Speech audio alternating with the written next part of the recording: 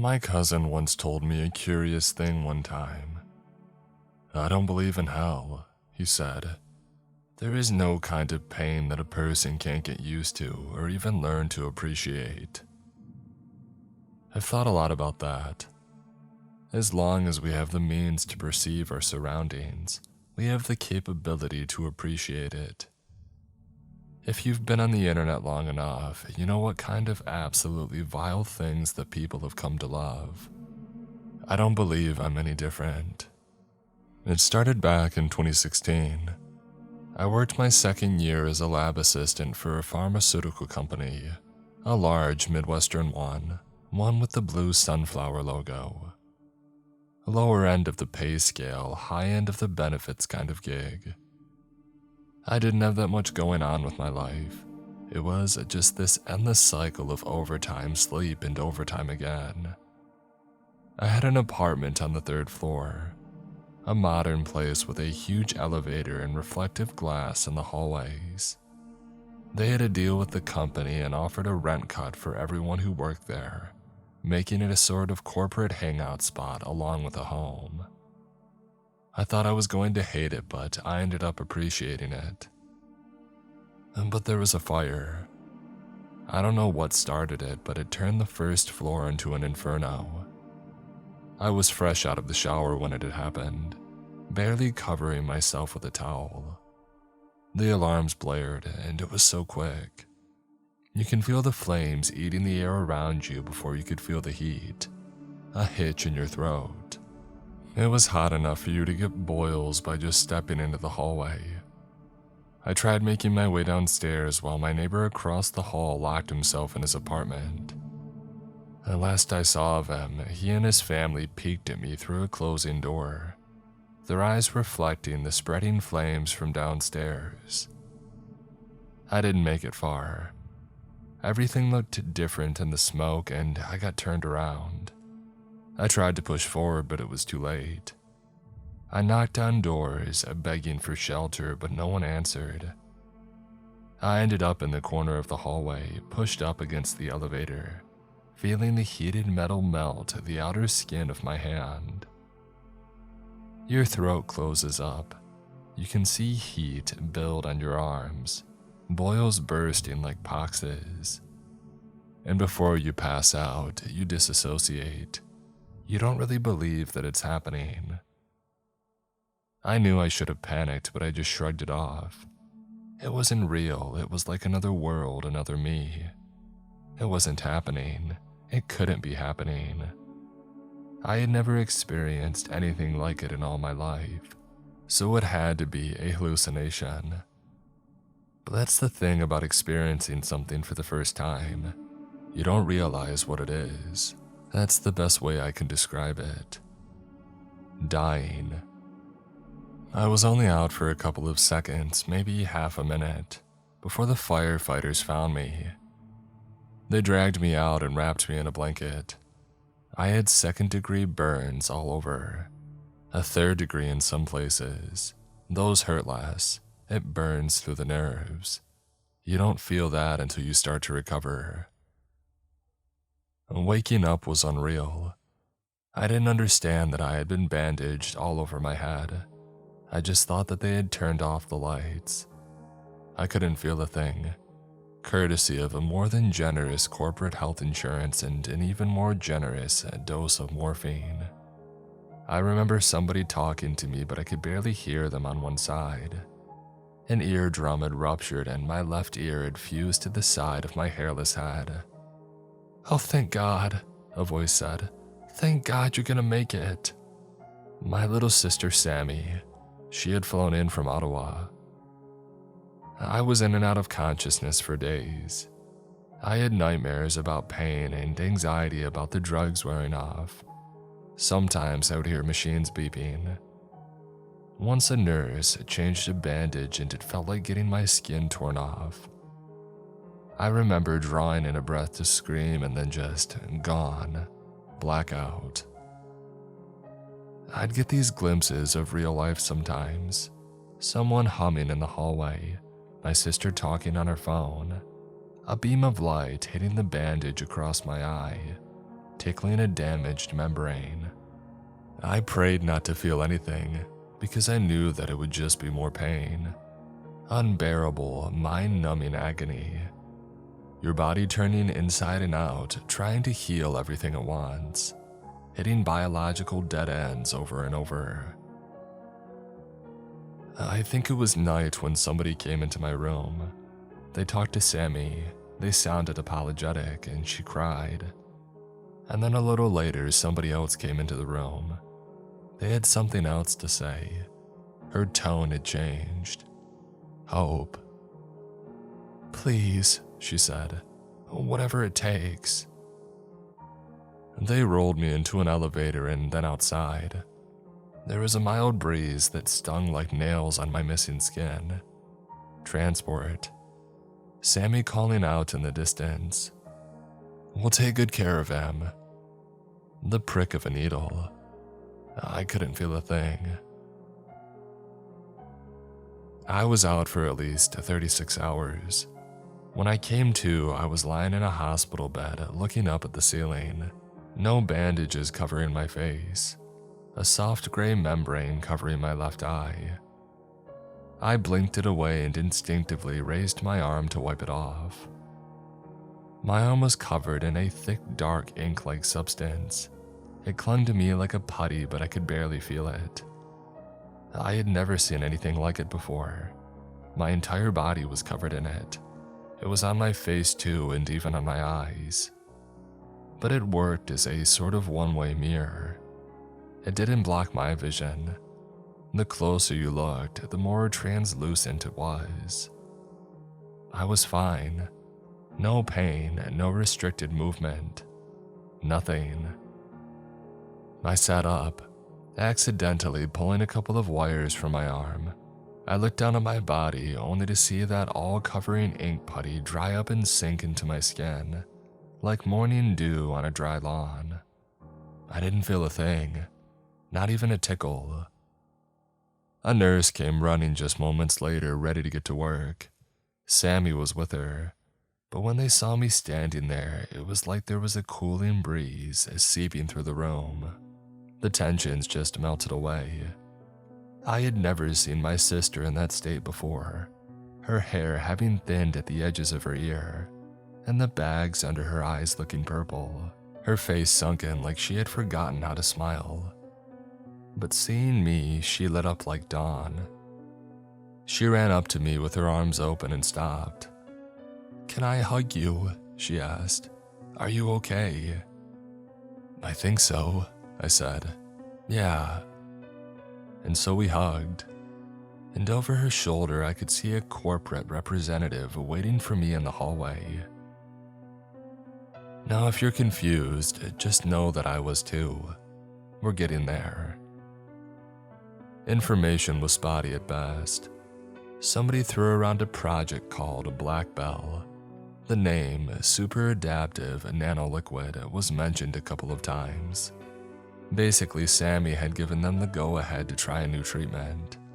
I must have been on the candidate list since I was a loyal worker, and leaking company secrets would not only get me sued but cost me my career. Part of the deal was weekly checkups and participating in their trials. I could quit if I wanted to, but chances were that I would go right back to that hospital bed if the treatment wasn't completed. I didn't really have a choice, but I didn't blame them for it. They had their own interests to look out for, and I had been given this amazing opportunity. I could walk right out of there. That's worth an NDA. Coming back to the office a couple of weeks later, there were some people talking about me. They said the treatment had been developed in one of our branch labs in Vietnam. It had been mentioned in a couple of memos as something tested in relation to vacuum treatment in low oxygen environments. I had seen it too, but I had no idea that it had regenerative properties. I mean, you can read something on paper, but seeing it in action is another thing entirely. Most people didn't believe that I had really been in a fire. They thought that I had been taking time off, riding the coattails of an accident that consumed my apartment. I could have shown them the pictures, but that would somehow make it even more unbelievable. I decided to let them think whatever they wanted. The higher-ups knew the truth, and that was all that mattered. So slowly but surely, I got back into that endless cycle of overtime and sleep. Sammy was sticking around for a while to make sure that I managed, but apart from that, it was business as usual. Of course, what you see on the surface isn't always telling the whole story. I would stay up at night imagining that excruciating pain writhing just underneath the skin. What if there was a hiccup in the treatment, or some kind of side effect? Could all of it really come back? Could one wrong step send me back to the hospital bed? I would lose hours of sleep worrying, looking up at the ceiling of my new bedroom, closing my eyes but not sleeping, still feeling the heat of the flames licking my skin. The hair on my arms curling up to die, little parts of me blending with the ashes, the smell of my own flesh cooking. I couldn't stop thinking about it. I was 2 weeks into my new routine when I had my first panic attack. Somebody brought in a birthday cake to work and they blew out the candles over lunch. There was something about the faint glow of fire reflecting on their skin that sent a spiral of thoughts rushing through me. Heat. My pulse ran away from me. I could imagine my skin trying to sweat, but the pores being melted shut. But no matter how hard I tried, I felt the pain. A mild heat latching onto me, burying itself in my skin. You can't think away a panic attack. You just have to ride it out and wish the next one is shorter. Talking to Sammy about it over dinner, she decided to stick around for a few more weeks. I hadn't asked her to do it, but she was happy to. She had made baked potatoes and I had forgotten to buy new cutlery and plates, so we had to settle for paper plates and plastic forks. A single naked light bulb hung overhead. "You talk in your sleep, you know," she mentioned as the oven dinged. "I hear it through the walls." "What do I say?" "It's not really words, it's just like sounds," she said. "Long drawn-out vowels, but it kind of sounds like words." "I'll try to keep it down." She gave me an apologetic look. She knew I couldn't control it, and she knew that I couldn't try even if I wanted to. But it was a nice thought. It got worse, though. I would have nightmares and wake up choking. I'd feel my skin getting warmer at night. My anxiety would pop off at seemingly random times, kicking me out of whatever comfort zone that I had managed to make for myself. It could strike fast and stick around all day, and after a while it was more unusual for me to have a good day than a bad one. Coming home from work one day, I stopped at a light. I sat in my car, hands on the wheels, seeing the light turn red as I came to a full stop. The radio jockey chuckled about putting on some classic dad rock for a caller and put on Kiss with the song Hotter Than Hell. It's a nice song, but it put my mind in an uncomfortable place. I stared at the red light, hoping that I wouldn't see the yellow light. Something about the glow of it put me right back there in the hallway, squirming around on the floor. The meat on my hand getting cooked on the surface of the heated metal elevator door. I closed my eyes and felt something. A soft, cooling coat expanded across my skin. The treatment. It was still there. I remember someone honking. Maybe the light had turned green, but I couldn't risk looking. I couldn't open my eyes. Maybe it would hurt. Maybe it had all turned dark. 100 maybes locking my hands on the steering wheel and keeping my eyes closed. And then a flicker. It's like I had manifested it, a spark reacting with my skin. Fire. It must have looked like an explosion, all the air getting sucked out at once, breaking the windows. The car popped from the release of pressure as the entire car lit up. Ungodly pain. I couldn't scream. A single flame danced on my eyes as they fused shut. Never endings exploded with agony as the bones on my knuckles exposed themselves to the open air. It happened so fast, like somebody shutting off the lights inside your mind one by one. Sight, smell, hearing, taste, touch, thought.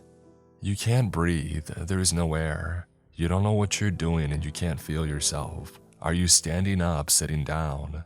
It's impossible to tell.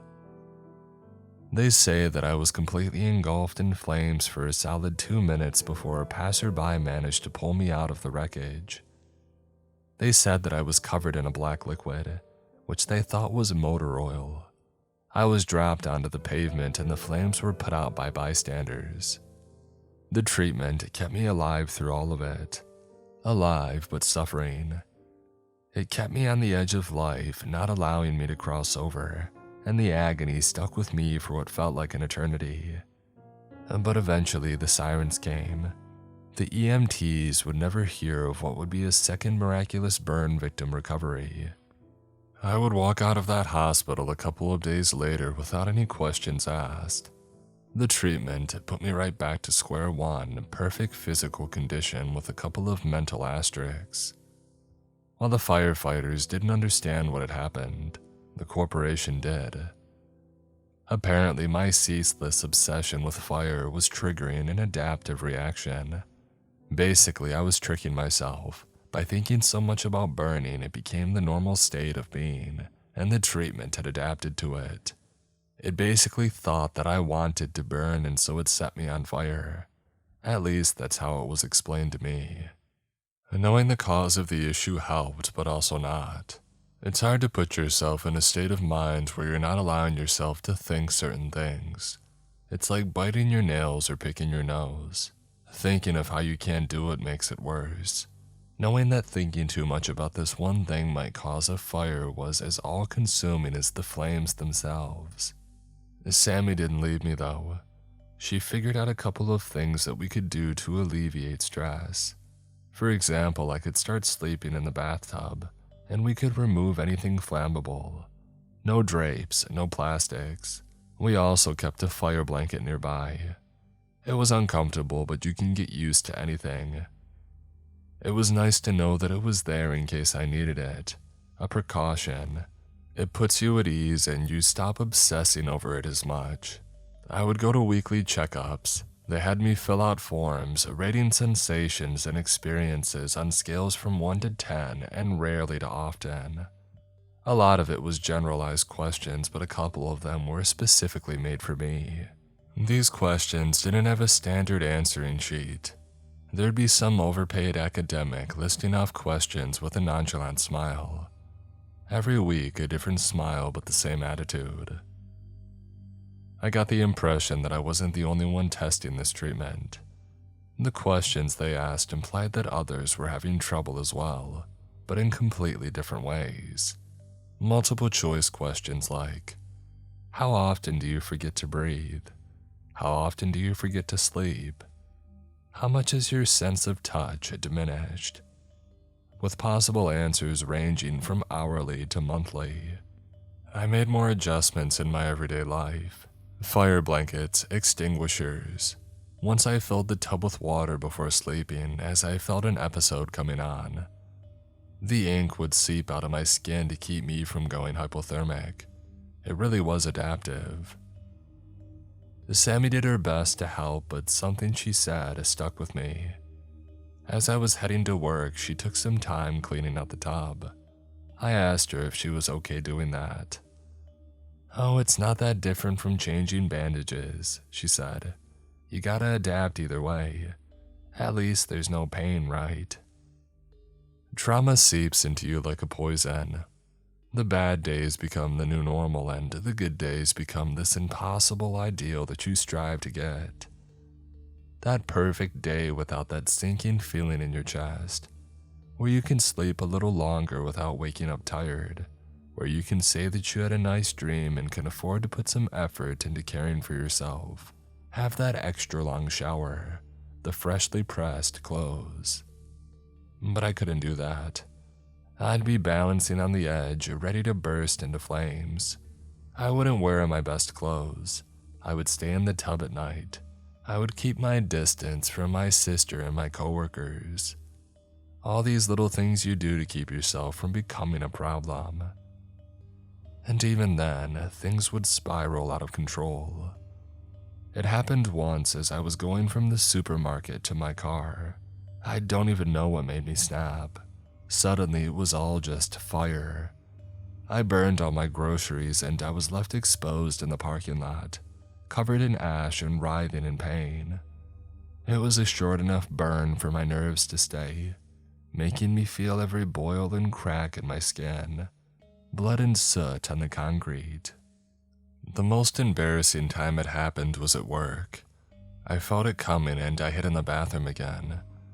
As the flames burst out, the fire alarm tripped. Sprinklers came on and I got a nasty burn, but not as bad as the other times. I could still walk out of there.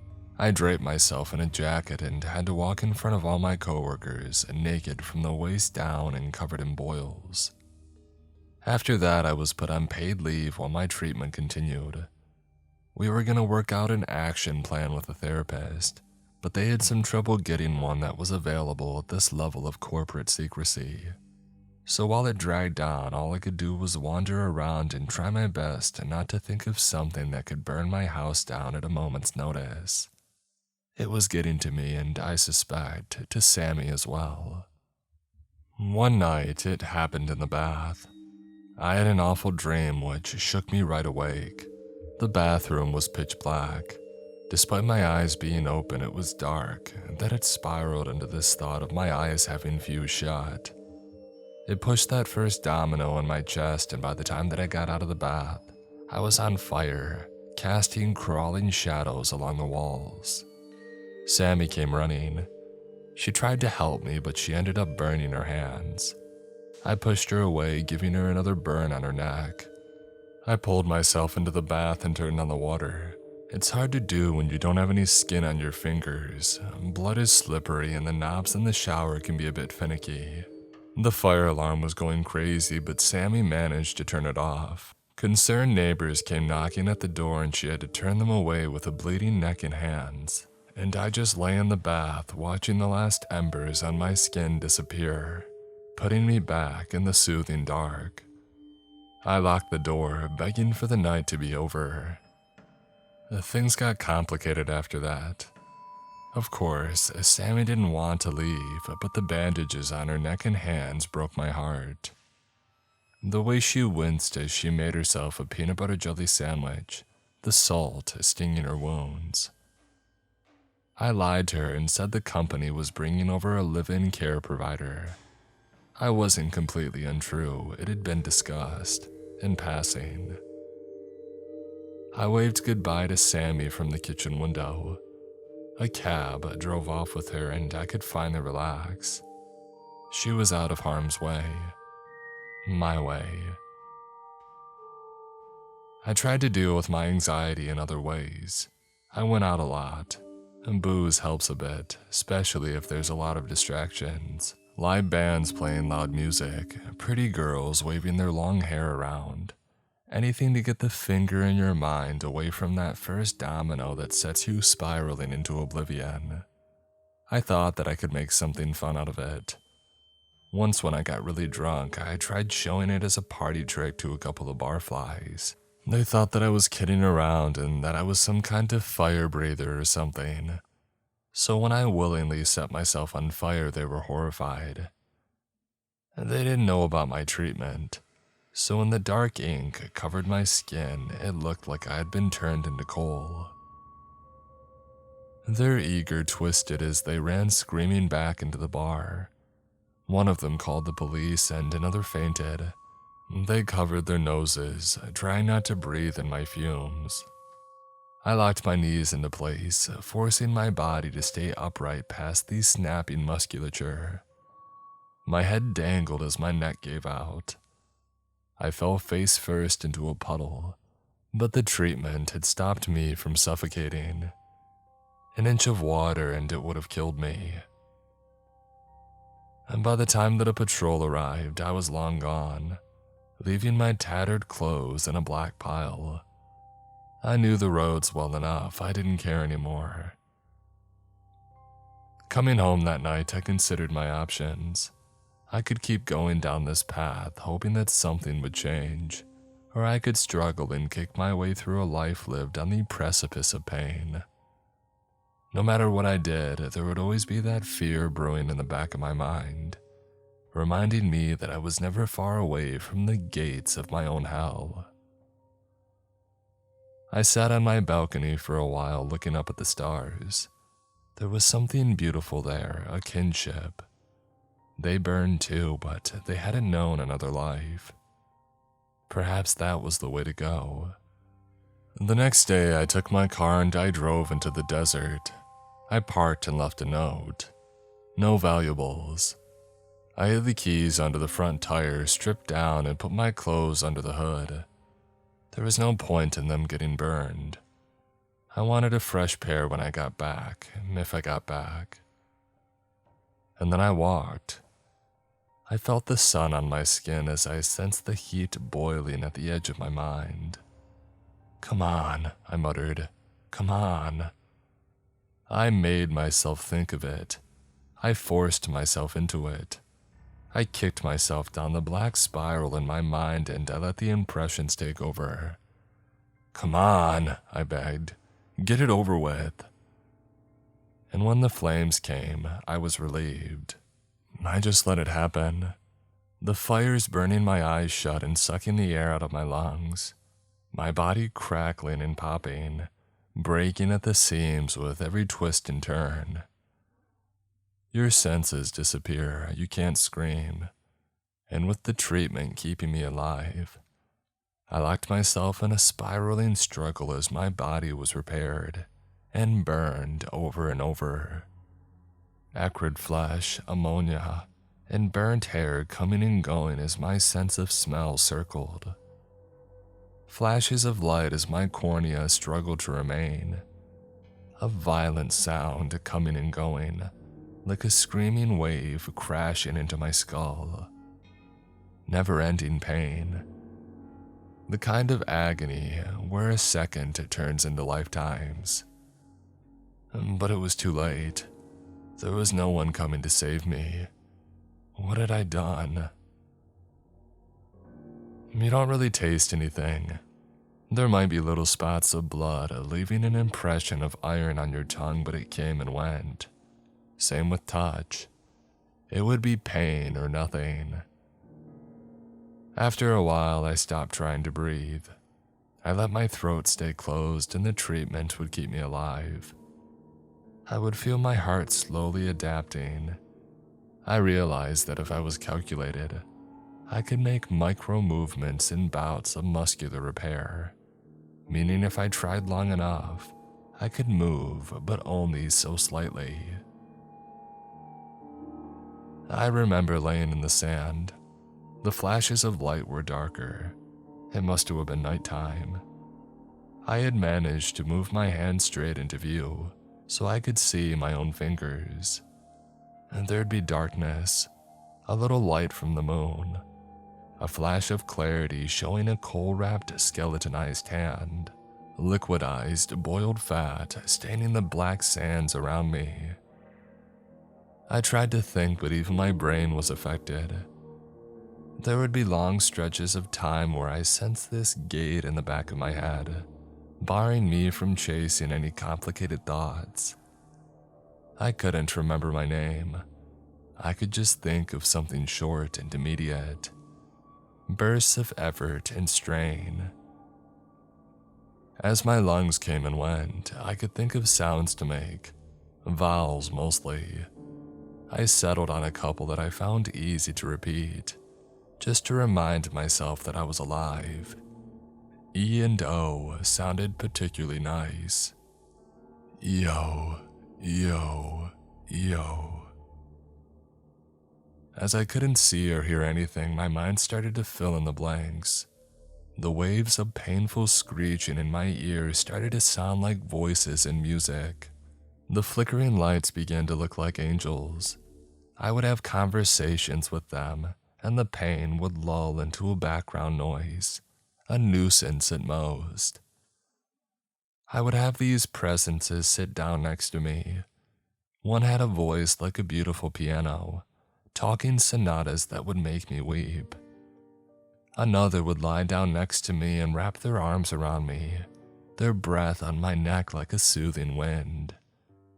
They would whisper of beautiful places in far-off lands, a beach where no one is alone, an island paradise where the sands are pink, a tree that reaches for the moon wanting to go home, little stories and melodies playing in the fire, begging me to stay. I could feel my needs melting away. When you're at the bottom of every sensation, there's no point in trying to look up. What's a glass of water when your world is on fire? What's a night of sleep when you're living in a nightmare? I let it all go, embracing the pain. It was so easy. After a while, I realized that I could direct my efforts like managing a switchboard. Keep the eyes off, I would think. Keep the eyes and the ears off. Instead, I would focus on the muscles, keeping me at intense pain levels but allowing me to move and to touch. I don't know if anyone saw me, I don't think they did. But if anyone had seen me, they would have seen a charred body rise from the ashes, facing the moon. I'd wander the sands, inviting the pain into the soles of my feet. I didn't care about stepping on branches or rocks. I'd feel the wind fanning the flames, fueling me like an engine. The more I moved, the more it hurt and the more that I could keep going. And as I moved, air would push into my lungs, leaving me with enough room to scream. And with that, I would howl at the moon like a beast. Eo, Eo, Eo. Time would pass and it wouldn't. Your days don't really start or end, it all just keeps going. What was real and what wasn't would be blurred, making me chase thoughts I didn't know that I had. I'd make up words that even a burned mouth could say, borrowing meaning from whispers in the fire. Words with depth and power that I would forget in a second or an hour. There was no way to tell. I would imagine other burning people walking alongside me. Sometimes I would see them dancing at the edge of my vision. Long, elegant movement with trails of smoke puffing into the sky. Little lights allowing themselves to burn out and die. I would cry for them and laugh at them. And all the while I suffered, but that was normal. I would fall to my knees and stay there smoldering, not moving an inch. I would give in to the thoughts that tricked into sparks of consciousness, becoming a conduit to whatever spoke through me. Vows trickling past broken teeth, a prayer perhaps. My most vivid memory is that moment when I'm kneeling in the sand. Even with my eyes closed, I could tell that I wasn't in our world anymore. I was in a world of fire, praying to an ocean of molten steel. Another dead man propped up to suffer. Eo. The burning angels would listen and dance. The ocean of pain would soothe me. There was no heat anymore. It was home. I had finally reached the other side of the shore, where pain was life and being without it was agony. I had adapted. I had learned. I had been perfected, and I came home. I opened my eyes. They followed me through. A dozen others wielding the same black ink across their bodies. They had adapted too. They had been made tall and strong and mad. They had wandered other worlds, exposed to other horrors, and they had been made grateful just like me. Brothers, sisters, a family carved from agony and blisters. I had gone from ecstasy to ceaseless horror. It felt like time had stopped and that I was settling into a strange eternity. One where complete inaction was the only logical thing to pursue. Turning myself static, I could feel what that first fire had felt, warming our ancestors. I was on the wrong side of life, looking out at those struggling. I was beyond them. but something in me was still too human to accept it. But I was getting there and it was so comfortable. A life without worries means a life without drive, but is that such a bad thing? And then a drop of water.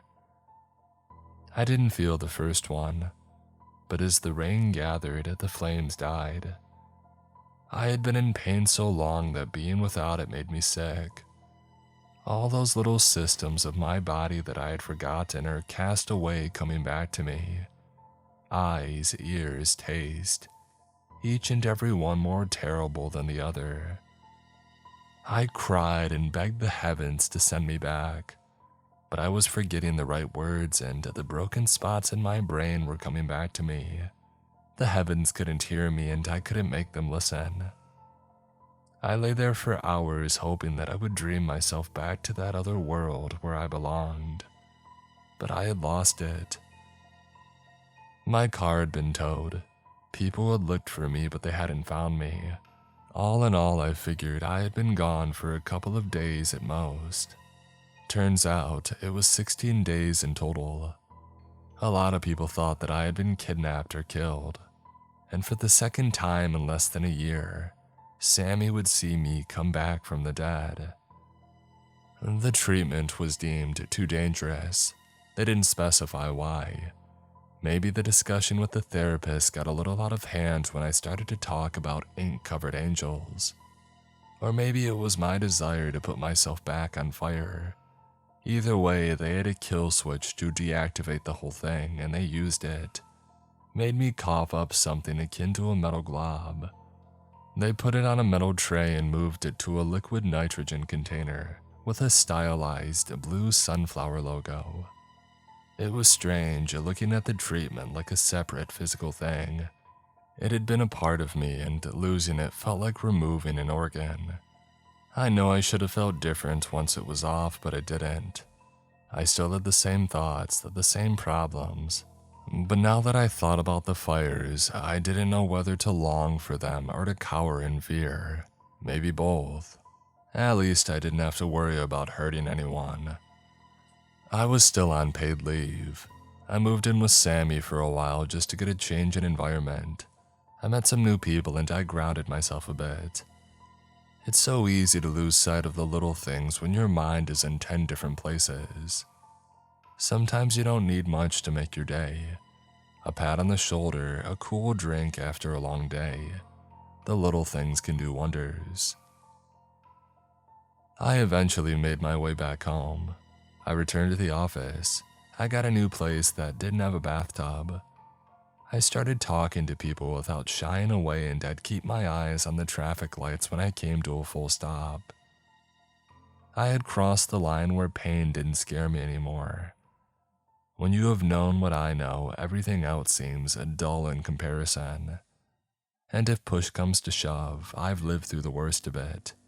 I wouldn't mind seeing it again someday. This was years ago, and my life looks very different today. I'm engaged and I live in a new town. New job, same company. I got a dog. But even now, as all things lull into a new normalcy, I think of those days. On the darkest nights, I can picture those ink-covered beings out there watching over me from afar, waiting for me to remember and come home. I fear that I might still have a part of me stuck in that place, that someday I'll just snap, and I don't know what's worse, to be paralyzed by fear or to long for it. Much like my cousin, I don't believe in hell. I don't think we can suffer forever. And sometimes when it rains, I long to burn.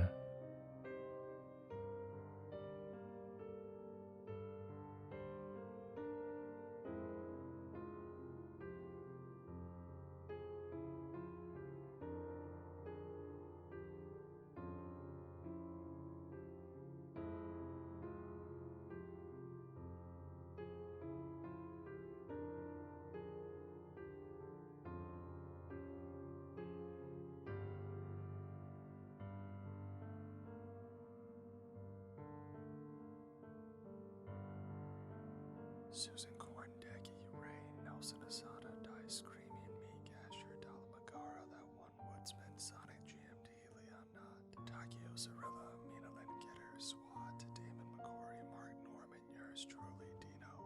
Miss TV, Wayward Son, Deus Ex Nihilo, Big Country Allen, Pamela Shockley, Sleepy Shroomy, Caleb Windsor, Kathy McGuire, Page Martin, Richard Fretz, Shrimple the Shrimp, Happy Massacre 91, Jacob Bartlett, Miss Eldridge, Casey Long, Justin Fognauer, Rolay, Sanjay